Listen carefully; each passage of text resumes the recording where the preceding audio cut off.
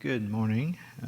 This is the Men's Sunday School class here at Mercy Baptist Church. My name's Robert Rathbone, and we're going to be in 1 Samuel chapter 30, and kind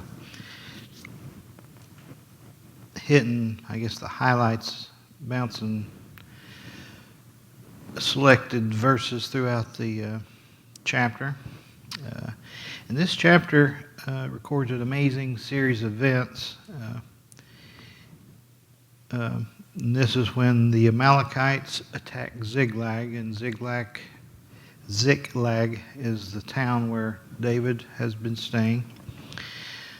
Everything was stolen, and all the women and the children were taken as captives.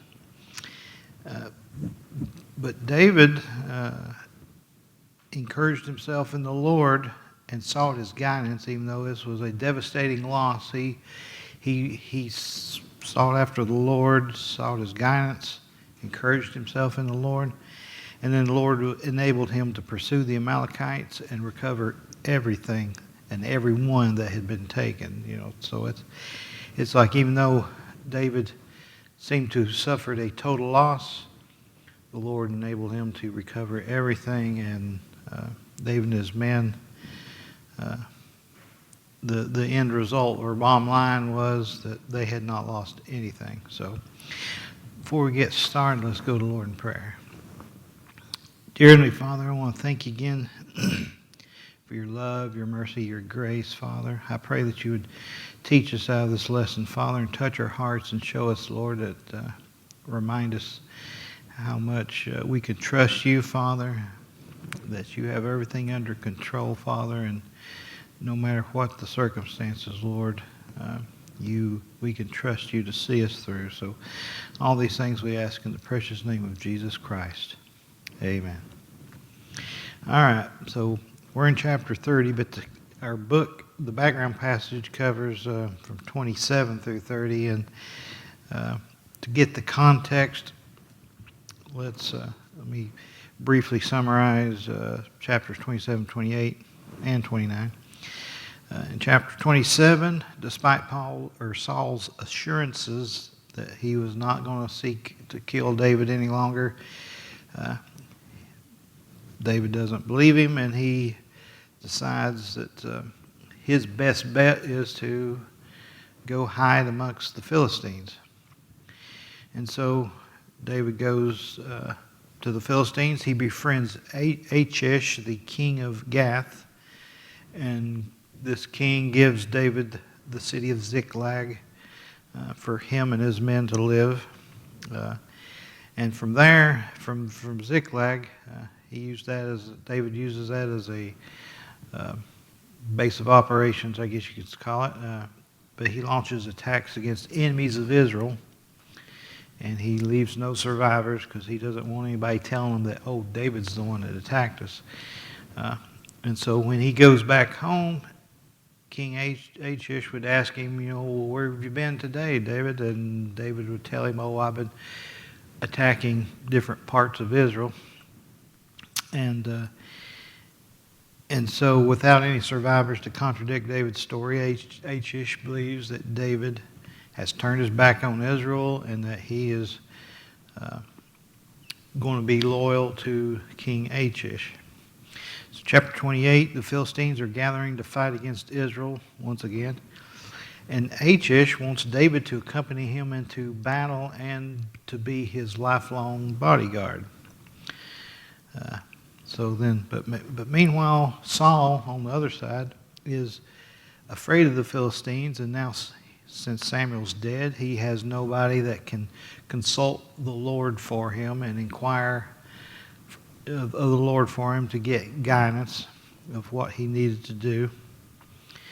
And so he decides to find a woman with a familiar spirit, which is basically what we would call a medium today, somebody who can contact the dead or claims to contact the dead. And so he wants her to contact Samuel, and so he can plead with Samuel to get guidance of what he needed to do. get Samuel's help. So when he meets with this woman and she brings up Samuel, and it's debatable as to whether or not she really did bring up Samuel or if she was talking to a demonic spirit who was impersonating Samuel. But Saul pleads with this Samuel for guidance. And then Samuel, whether it's real Samuel or a demonic impersonator, he points out that the Lord has become Saul's enemy due to Saul's disobedience, and that Israel would be defeated by the Philistines. And he also reveals that Saul and his sons are also going to die that same day, in the battle with the Philistines. And so now we come to chapter 29. David's prepared to march with the Philistines against Israel in this battle, to do as Achish asked him to do, to accompany him to battle and be his bodyguard. But the princes of the Philistines don't trust David. They are convinced that David will, in the midst of the battle, will turn against them and start fighting against them. And so they insist that Achish send David home. So Achish apologizes to David, sends him home to Ziklag. And the Lord's hand there is evident because, well, first of all, David's prevented from being placed in a position of having to fight against his own people. But quite likely he would have turned against the Philistines. I don't think he would have fought against Israel.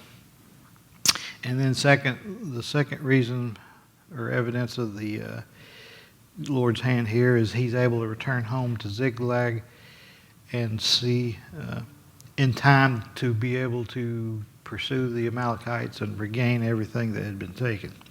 All right, so now we come to chapter 30. So David has been with Achish in the Philistines, ready to march into battle, and they send him home. So now he's coming home to Ziklag. And so verse 1 of chapter 30, it says, "And it came to pass when David and his men were come to Ziklag on the third day, the Amalekites had invaded the south and Ziklag, and smitten Ziklag and burned it with fire." So he's returning home. He finds that Ziklag in their absence has been attacked by the Amalekites. They've destroyed it, they've burnt the city, and they've taken basically everything. Anything, I guess, that's of any value that wasn't nailed down. They have taken it, and all the people that were there, they took them. Verse 2, it says, "And had taken the women captives and that were there." And they had taken the women captives that were therein. They slew not any, either great or small, but carried them away and went on their way. Now this is amazing. Usually when you attack a city or a town, you're going to kill somebody. But maybe because there was nobody there to defend it, just women and children, that maybe they saw no reason to kill anybody.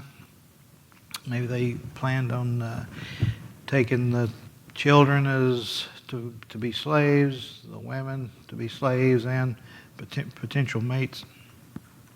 But the end result is, or bottom line is, that they did not kill a single person. And I think that's another evidence of the hand of the Lord there. When David was attacking, he left no survivors, and yet when the Amalekites attack, the Lord ensures that they do not kill anybody. And David had attacked Amalek in one of his raids from Ziklag, so it's possible that this was retaliation for his attacks. All right, so now we're skipping down to verse 17, but in verses 3 through 16, David and his men, when they saw everything that they had lost there at Ziklag, they wept profusely, and they wept until they could not weep anymore. Then the men began to talk of stoning David, like this is David's fault. This is he's our leader and he let this happen.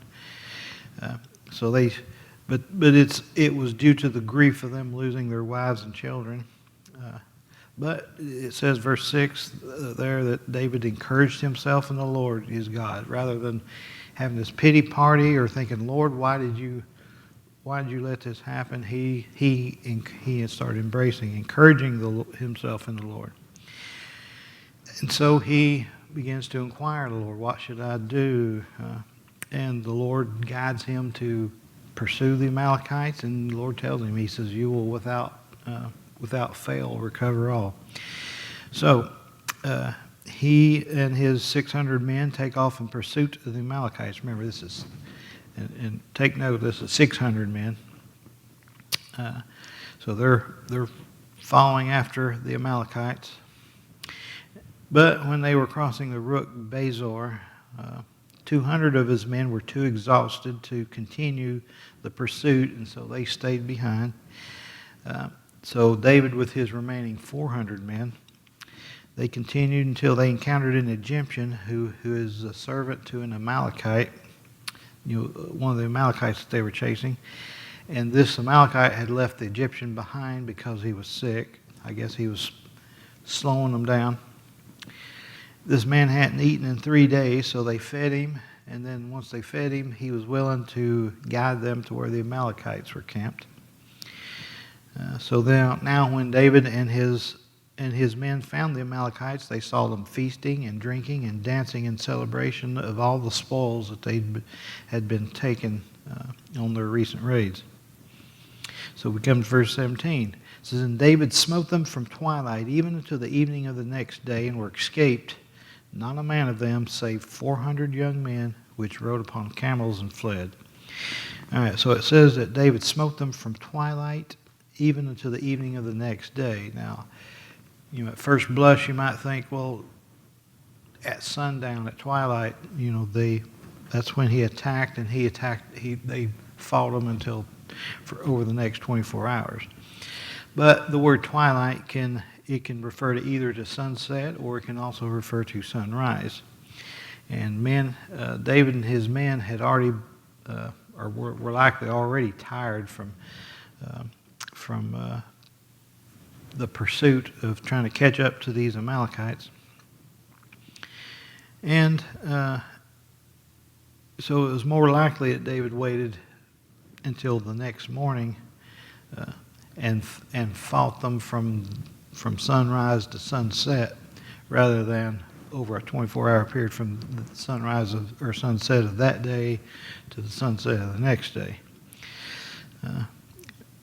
And then they had total victory over them. It says, there escaped not a man of them, save 400 young men which rode upon camels and fled. So the way it's phrased there, saying that basically only 400 men out of the Amalekite army survived, and that's because they escaped on camels. It kind of implies that the Amalekite army was much larger, that the 400 men that escaped on camels were just a fraction of the Amalekite army. So you got David with his 400 men attacking an Amalekite army that's at least double, and I don't think it would have said that, there escaped not a man of them except for 400, because it would have been, if it had been 800 men, then that just 400 would have been half of them. So I would say it probably at least a quarter. 400 was no more than a quarter of them. So, but anyway, so they fought against all these men, and they were probably outnumbered at least 3 or 4 to 1. And only these 400, which happened to have camels or access to camels, were the only ones that were able to escape. So the Lord enabled David to have a great victory here over these Amalekites. And not only did they kill all these Amalekites, except for the 400 that fled on camels, They also recovered everything that had been taken. Verse 18 says, "And David recovered all that the Amalekites had carried away. And David rescued his 2 wives, and there was nothing lacking to them, neither small nor great, neither sons nor daughters, neither spoil nor anything that they had taken to them. David recovered all." I mean, this is amazing. The Lord allows David to catch up with the Amalekites, just basically destroy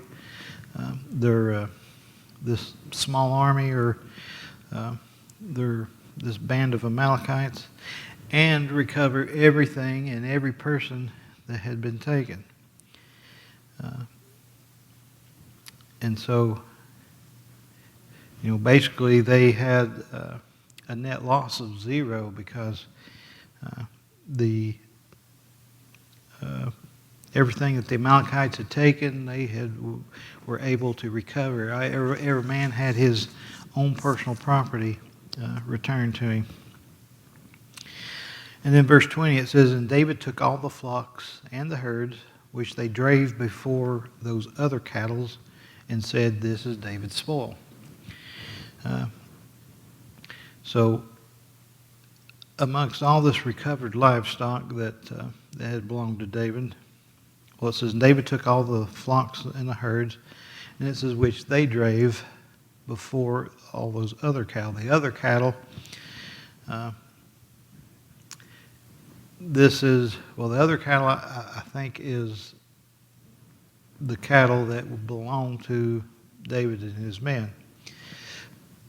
But then they took all the flocks and the herds. This is other stuff because they call it David's spoil. This must be things that don't belong to, in addition to what was recovered of the stuff that had belonged to David and his men. This is also the stuff that the Amalekites had from the raids of other cities and regions and area. All the spoil that they had accumulated throughout their existence. I guess these is the extra thing. So David not only recovered everything that did belong to them, they got even more, the spoils. And so David was able to not only was he able to recover all, it says he took all the flocks and the herds, and apparently his men drave them before the other cattle, and they said, "Hey, this is David's spoil." Now, I don't think this is saying that all this is going to belong to David, like he got all the extra stuff. They probably called it David's spoil because he is the one who enabled them. He was their leader. This was giving him credit. Before they were talking about stoning him because they were so discouraged and depressed, and the grief of losing everything had turned them against David. Now they said, but this is David's spoil. He's the one that enabled us to recover all this. He's our great leader. And so it was probably David's spoil because they were giving credit to him, not because they were going to give it to him. Because we'll see here in a minute that they were going to be splitting that spoil, dividing it up amongst them. All right, so our book has us skipping down to verse 22. Verse 21, on the way back to Ziklag, David and his men returned to the brook Bezor, which is where those 200 men that were too exhausted to continue the pursuit of the Amalekites. This is where they remained behind. And so when David sees these men again, the Bible says he saluted them. And the word salute there means to ask of their welfare. Hey guys, how you doing? Are y'all all right? That type of thing. And so it's obvious that David did not hold contempt to these men because that they had not been able to keep up, that they were too exhausted to continue, and so they remained behind. And so David had no ill will toward them, but some of the men did. Verse 22 says, "Then answered all the wicked men and the men of Belial of those that went with David, and said, because they went not with us, we will not give them aught of the spoil that we have recovered, save to every man his wife and his children, that they may lead them away and depart. All right, so when they were reunited with the 200 men, these wicked men and men of Belial, and the word Belial means worthless. So these are men that basically had no compassion for these other men. These were not nice guys. They were only thinking of themselves, I guess you might say. And so they had a response for these men. David's greeting them and asking of their welfare, and he's, happy to see them. These guys are not. So out of these 400 men that went with David, there's a certain segment of them, and they apparently believe these 200 didn't carry the load. They said, look, we did all the work. We went and we risked our lives. We fought against the Amalekites. They don't deserve anything because they've been left behind. And because they say, and said, because they went not with us, we will not give them aught of the spoil that we have recovered.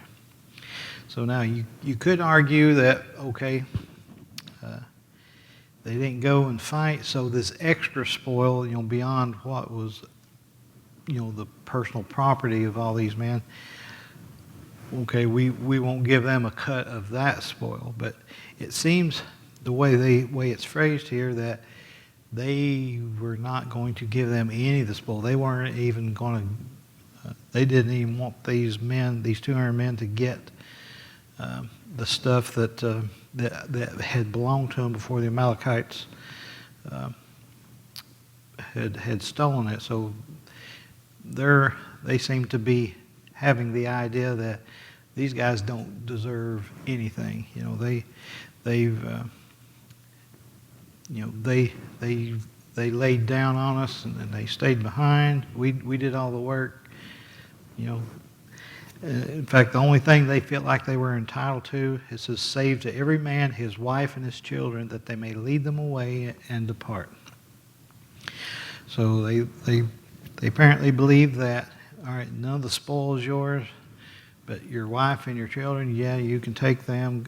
But he says, you may lead them away and depart. And so it seems like not only are they limiting them to just the people, their wives and children, but he says you can lead them away and depart. In other words, they felt like you guys don't even deserve to be one of us anymore. These 200 need to just take their wives and their children that we've recovered for them, and then they can just leave, and they don't deserve to be a part of David's band of men here.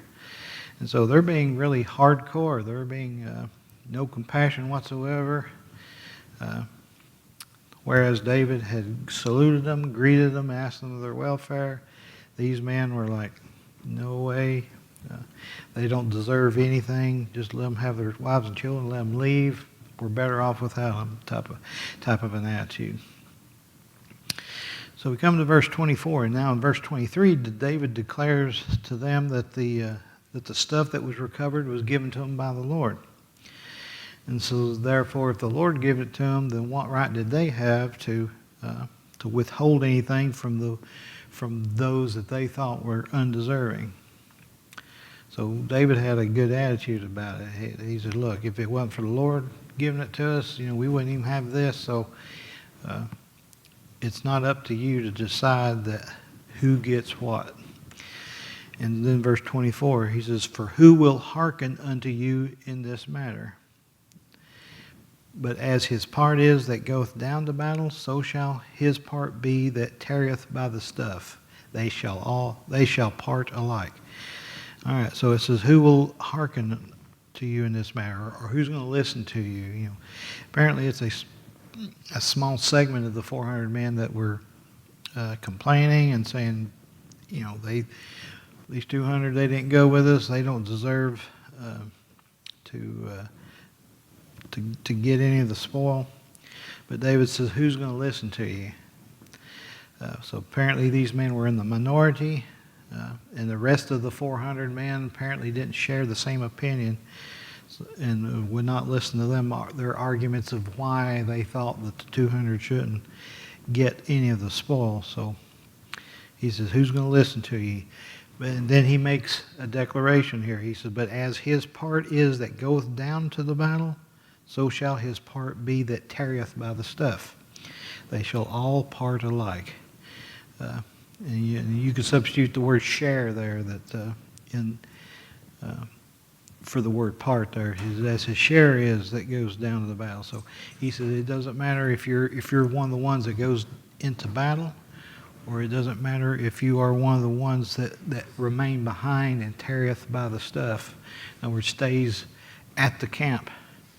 And there's a good reason for certain men to stay behind at the camp, because the camp needs to be protected. When you're in the midst of a war, the enemy could send a sneak in behind while you're out there fighting the main force. They might have a little segment of them that sneaks in behind and destroys your camp, and now you have no supplies, no food. You're basically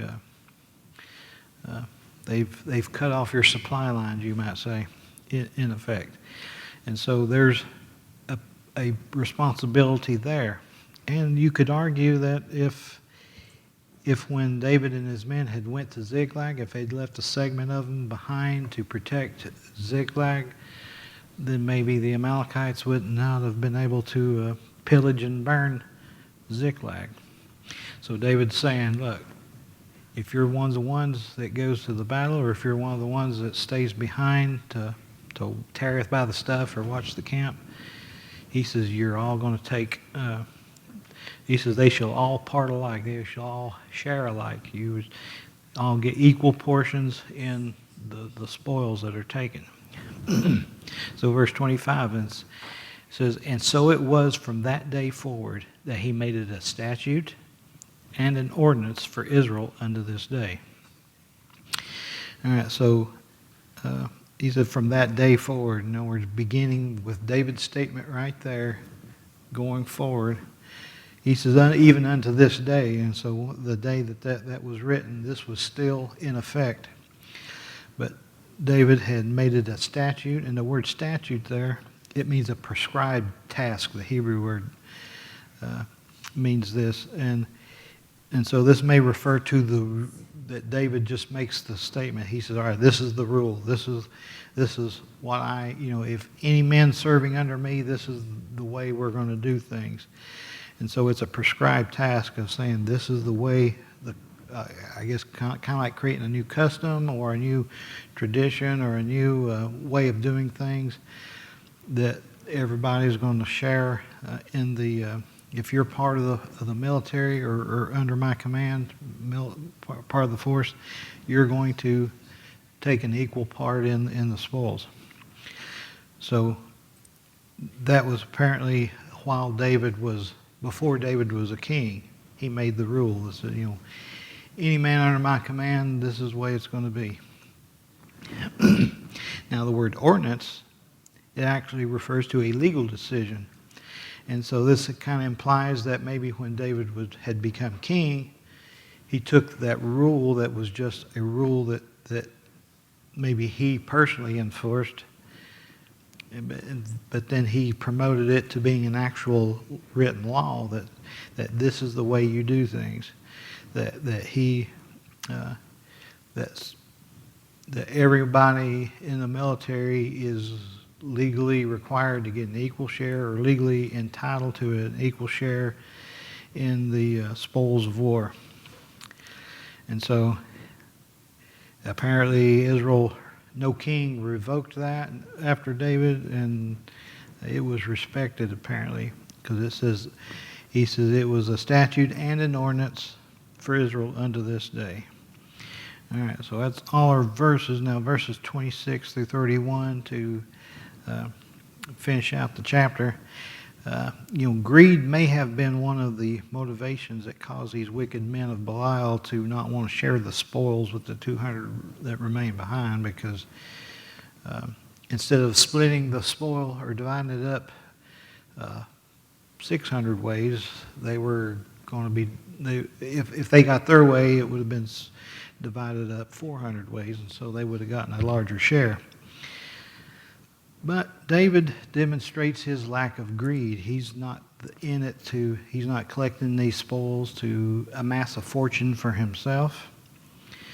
And instead, in these verses 26 through 31, it tells how he shared. He sent a portion of his spoils to various people, various elders of Judah that had been friendly to David during his flight from Saul. He sent them parts of the spoil. And let me see if I can find the message that he gave. Yeah, so even to his friends, he says, "Behold, a present for you for the spoil of the enemies of the Lord." And so he was sharing. In fact, it makes me think. In fact, David kind of makes me think of Robin Hood. How the story, and perhaps the guy that wrote Robin Hood, maybe he took his inspiration from David, because David he had his 600 men, and these were men from just all different walks of life and they could be called criminals, whether they were falsely accused or actual criminals. And some of them apparently were not real good men, but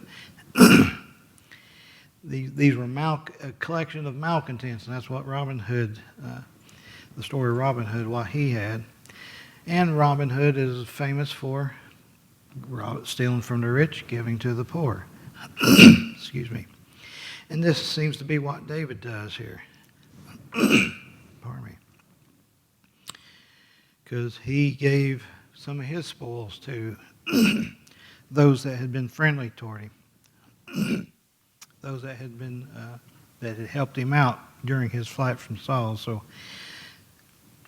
I mean, I have no basis other than just I wonder if David was the inspiration for Robin Hood. But I can see a lot of similarities there between David here at this stage with his 600 men, collection of malcontents, and then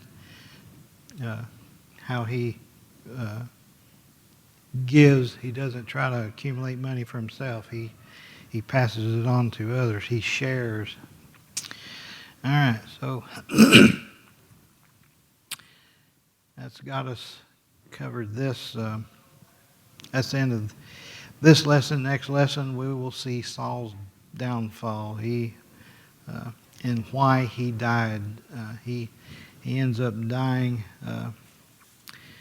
I guess an embarrassing death. He has to die of suicide because, and this is all because of his disobedience from his disobedience to the Lord. He does not. The Lord would have been there helping him and taking care of him had he remained faithful to the Lord, but he didn't. He sought after his own way. He followed his own heart. And so we will see Saul's downfall. And this will be the final lesson here. And actually, that next week's lesson finishes up 1 Samuel, but then there's I think a short passage in 2 Samuel, and then over in 1 Chronicles, I'm sorry. But I think the author of the lesson, or of the, in the book, wants to pull various verses to show this is why Saul died. This is why Saul was not a better king than what he was. It's because he disobeyed the Lord and he reaped the consequences. So we'll pick up there next week.